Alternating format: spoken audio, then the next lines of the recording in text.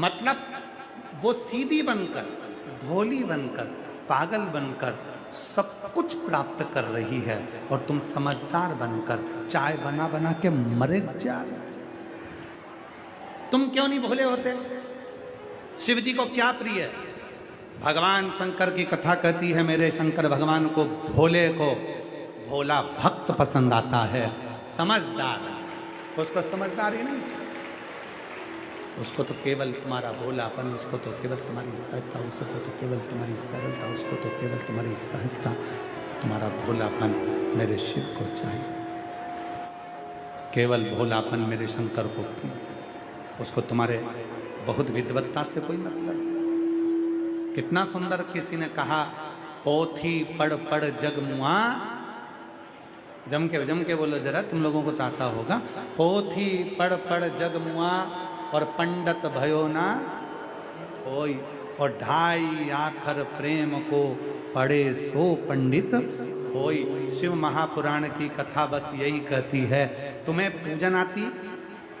कोई पूछे क्यों तुझे पूजन नहीं आती? नहीं आती। तुझे पाठ आता? नहीं आता। तुझे स्तुति आती? नहीं आती। तुझे मंत्र आता? नहीं आता। तुझे शंकर जी का अनुष्ठान आता? नहीं आता। तुझे पूजन नहीं आती? नहीं। तुझे ये भी नहीं मालूम कि शिव जी को क्या प्रिय है? नहीं।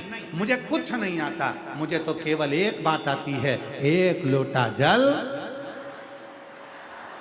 मुझे कुछ नहीं आता, केवल इतना आता है, एक लोटा जल शिव जी के मंदिर में जाकर चढ़ाना है।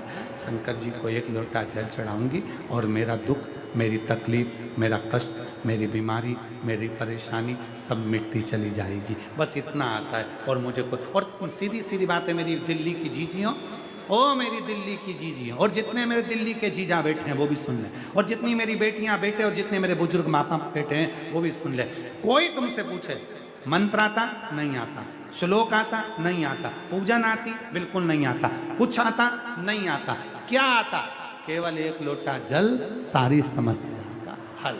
बस इतना आता है। लोटा लेके मंदिर जाती हूँ, जल चढ़ाती हूँ, शिव जी को श्री शिवाय नमस्तुभ्यम बोल देती हूँ और अपने दिल से बाबा को प्रणाम कर आ जाती हूँ। इसके सिवाय मुझे कुछ नहीं।